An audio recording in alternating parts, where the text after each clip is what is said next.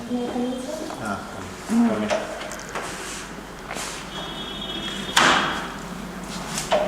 नमस्ते सर। नमस्ते। नमस्ते। Take your thank you sir. tell about yourself. Sir मेरा नाम महिमा दुग्गड़ है। मैं श्री डूंगरगढ़ बीकानेर से हूँ। मैंने अपनी प्रारंभिक शिक्षा श्री डूंगरगढ़ से की है। मैंने बीकॉम किया सर, उसके बाद मैंने एलएलबी की है और मैंने क्रिमिनल लॉ से एलएलएम भी किया है।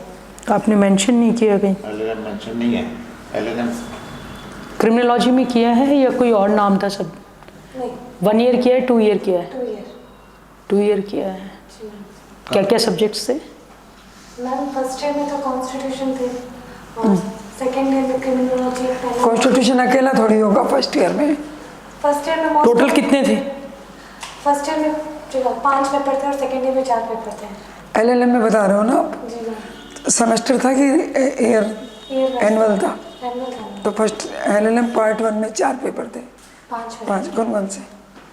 मैम कब किया LLM आपने? 2023 में किया। बाद में रजिस्ट्रेशन कब करा? एनरोलमेंट कब कराया बाद का? बाहर का मेरा रजिस्ट्रेशन है 2022 का। 2022 में। जी। कोर्ट में जाती हैं? सर अभी एलएलएम होने के बाद मैं कुछ टाइम गई हूँ। गई है? कौन से एडवोकेट के साथ में? किसी सीनियर एडवोकेट के साथ में गई है? जी सर। कौन सी कोर्ट में जाती थी? सर मैं श्री डूंगरगढ़ के कोर्ट में गई हूँ। मजिस्ट्रेट डूंगरगढ़। हाँ, और कौन सी कोर्ट है? एक ही कोर्ट है? कितनी कोर्ट है? 2 कोर्ट है, एक एसीजेएम कोर्ट है और एक एडीजे कोर्ट है। ACJM और ADJ। जी सर। ACJM कोर्ट और ADJ कोर्ट में क्या डिफरेंस है? हाँ ये सर एसीजेएम कोर्ट होती है वो सीजीएम लेवल के उनको चार्ज मिलते हैं। एडीजे कोर्ट को सेशन कोर्ट के समान चार्ज मिलता है, बाहर है उनके पास। आप मजिस्ट्रेट लगी जी तो सर। आप किस लेवल पे जाएंगे? सर मैं अभी जुडिशियल मजिस्ट्रेट फर्स्ट क्लास पे जाऊँगी। क्या पावर्स होंगी आपके?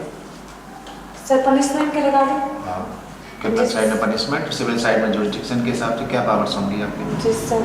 सर क्रिमिनल में पनिशमेंट के हिसाब से मेरे पास 3 साल तक का कारावास और अभी सर जो नई भारतीय नागरिक सुरक्षा संहिता है उसके अंतर्गत मुझे 50,000 रुपये का जुर्माना और मैं उसके साथ सामुदायिक दंड का भी दे पाऊँगी। और सिविल में सर मेरे पास 2 लाख रुपये तक की रिस्ट्रिक्शन रहेगी अभी। आपके पास कोई केस आया जी जिसमें सर। एक्यूज पर 2 चार्ज लगे हुए हैं 457 380, जी सर। तो आप उसको कितनी सजा दे सकती हैं? दोनों में आपने मान लिया कि दोनों में एक दोषी है, जी सर। तो आप दोनों में मिला करके कितनी सजा दे सकती हैं आप उसको? सर मैं मैक्सिमम 6 साल दे सकती हूँ उसको। और 3 सेक्शंस हो तो? फिर भी सर मैं 6 साल ही दे पाऊँगी। आप सजा देते वक्त किस बात का ध्यान रखोगे? कि कहना बहुत आसान है भी सजा दे सकते हैं, आप क्या उसका क्राइटेरिया बनाओगे?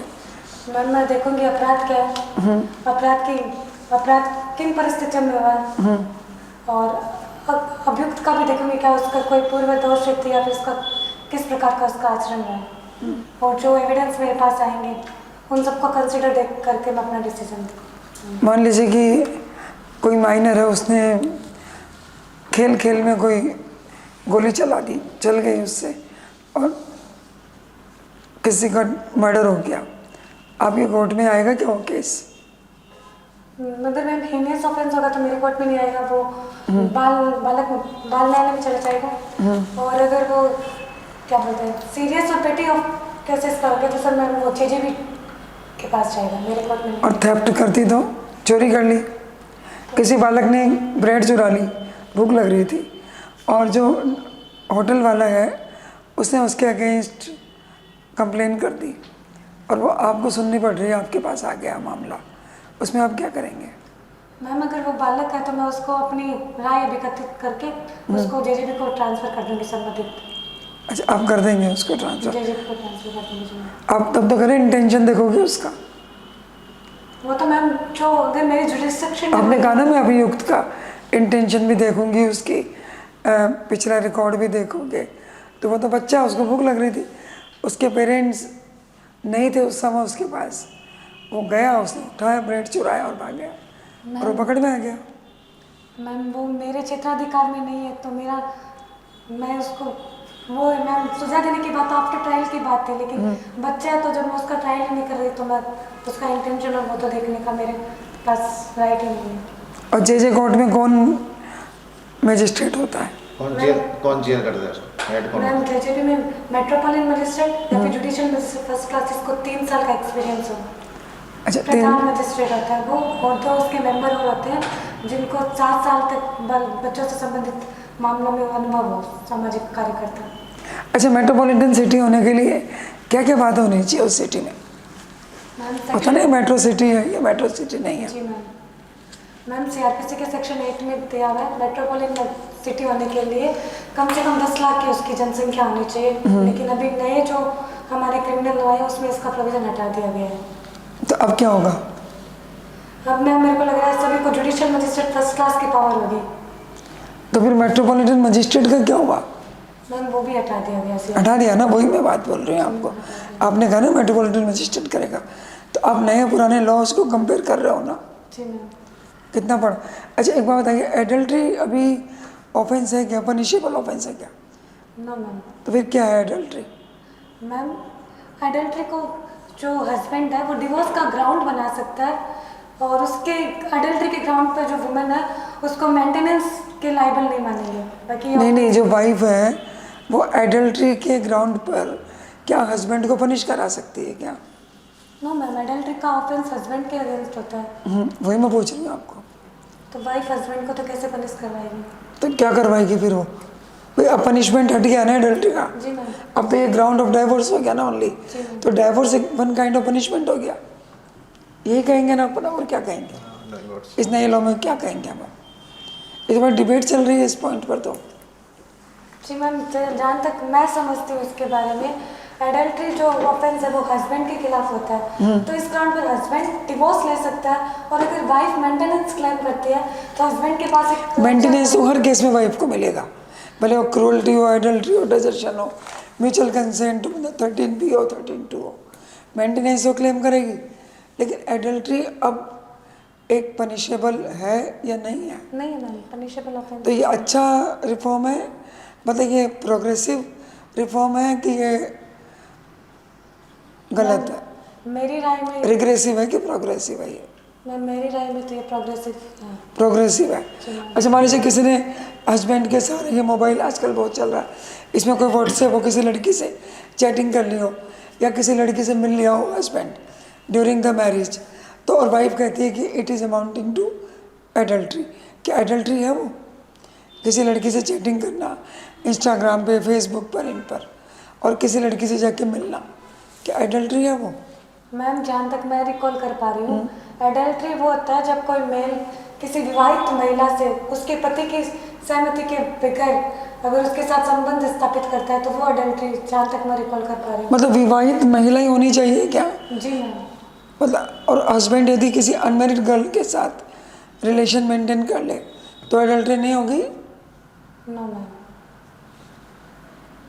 सोच लो अच्छे से, देखना है इसको, अच्छे से दोबारा देखना। देख लेना इसको। प्रोविजन ऑफ अमेंडमेंट से पढ़ा है? जी सर। क्या है उसमें प्रोविजन? किसको प्रोविजन दिया जा सकता है? जिसके विरुद्ध मृत्युदंड और आजीवन कारावास से दंडनीय अपराध ना हो और उसकी पूर्व दोषित ना हो, तो उसको प्रोबेशन का लाभ दे सकते हैं।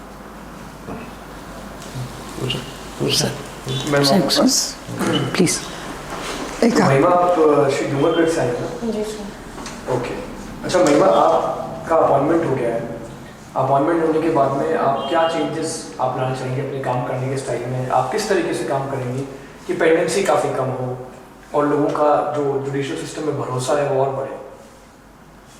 सर अभी भी जो जुडिशियल में काम हो रहे हैं वो काफ़ी अच्छे हो रहे हैं, लेकिन अगर मुझे मौका मिलता है तो मैं चाहूँगी कि मैं फर्स्टली तो टाइम पे अपना कोर्ट जाऊँ, और जो काम मेरे को मिलता है उसको कानून के दायरे में रहते हुए जितना मुझसे पॉसिबल हो पाएगा उतना मैं उसको जल्दी करने की कोशिश करूँगी।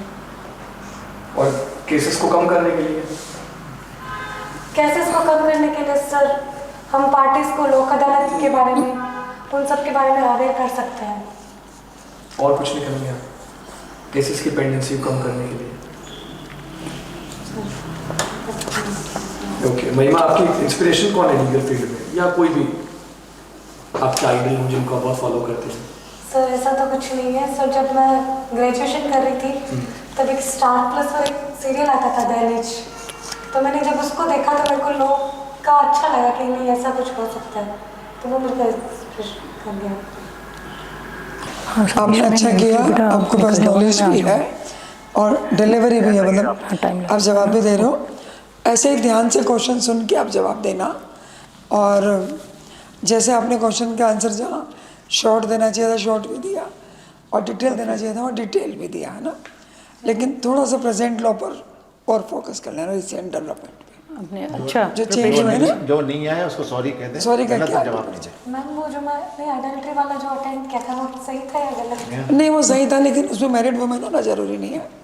वो तो उस वुमेन के लिए ज़रूरी है जिसके साथ मान लीजिए कि हस्बैंड मैरिड है, हस्बैंड तो मैरिड होगा, हस्बैंड का मतलब मैरिड है, हस्बैंड मैरिड है। अब वो किसी भी लड़की के साथ मैरिड हो अनमैरिड हो, यदि ड्यूरिंग द मैरिज वो रिलेशन रखता है तो वो वाइफ के अगेंस्ट काम आएगा कि मैं इस हस्बैंड के साथ नहीं रहूँगी, हस्बैंड एडल्टरस एक्ट करता है, तो वो एक ग्राउंड ऑफ डिवोर्स है। वो 155 में और जो वो उधर आप जो कह रहे हो ना, वो मैरिड, मेंटेनेंस नहीं मिलेगा, उसकी वाइफ को मेंटेनेंस क्यों नहीं और मिलेगा? आप जो कह रहे हो मैरिड वुमेन, तो वो उस मैरिड वुमेन के हस्बैंड को एक ग्राउंड है कि ये एडल्ट्री किसी और के साथ ड्यूरिंग द मैरिज ये रिलेशन एस्टैब्लिश कर रही है, ओके मैम। उस जिसके साथ किया उसको नहीं मिलेगा उसको नहीं मिलेगा। मेंटेनेंस, पर जिसकी वाइफ है, जो हस्बैंड जिस हस्बैंड ने की एडल्ट्री उसकी वाइफ को तो मेंटेनेंस मिलेगा। मिलेगा।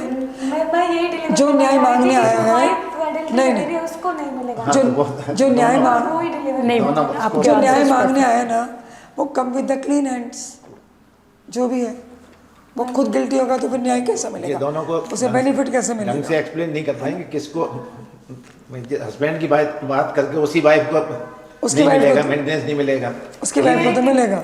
ये बताना होता जिसके साथ किया उसने संबंध बनाए, वो अगर उसके साथ उसको नहीं मिलेगा। उसको नहीं मिलेगा यदि वो मैरिड है तो गर्ल। मेरे को अपनी एंट्री और उन सब में कुछ हाँ बताता हूँ महिमा। एक तो आप आए ना, सबको अलग अलग इंडिविजुअली ग्रीट करने की जरूरत नहीं है। आप बोर्ड के सामने आए हो, राइट, आपके सामने बोर्ड के मेंबर्स बैठे हैं, आप बीच में कर देंगे तो बस उतना सफिशिएंट है। सबको इंडिविजुअली ग्रीट करने की जरूरत नहीं है, ठीक है। बाकी बहुत अच्छा था आपका। रिसेंट थोड़ा जीके के बारे में पढ़ना, रिसेंट जो लीगल डेवलपमेंट हुए उसके बारे में हमारी कुछ बात हुई नहीं, लेकिन आपको मैं सजेस्ट करेंगे हम लोग कि आप रिसेंट जीके अच्छे से पढ़ें। बाकी आपने बहुत अच्छे आंसर्स दिए, न्यूज़पेपर पढ़ के जाए बेटा, लीगल उसको कॉन्फिडेंस एंड नॉलेज अच्छी है आपकी। अच्छा, और हमें पूरी उम्मीद है आपसे कि आप बहुत अच्छा करेंगे आपका सिलेक्शन। फर्स्ट वाले में कहाँ तक पहुँची थी आप? पहली बार जब दिया ये था? फर्स्ट ये मेरा सर फर्स्ट टाइम जब मैंने दिया था तब मेरी एलएलबी कंप्लीट हुई थी, तो मेरे को 20 दिन का ही समय मिला था, तो मैंने प्री बस इसका लेवल चेक करने के लिए दिया था। मैंने बिना प्रिपरेशन हुआ नहीं था प्री फिर लास्ट। क्वालिफाई नहीं हुआ, नहीं हुआ था उसके अंदर फिर क्लियर नहीं हुआ। नहीं हुआ था, अभी हुआ। प्रिपरेशन नहीं थी, मेरा कोई टारगेट भी नहीं था उसमें। ओके, कोई अब चलो okay, all the best, God bless. God bless you. Selection होती है आप हमें इन्फॉर्म करेंगे। ठीक है।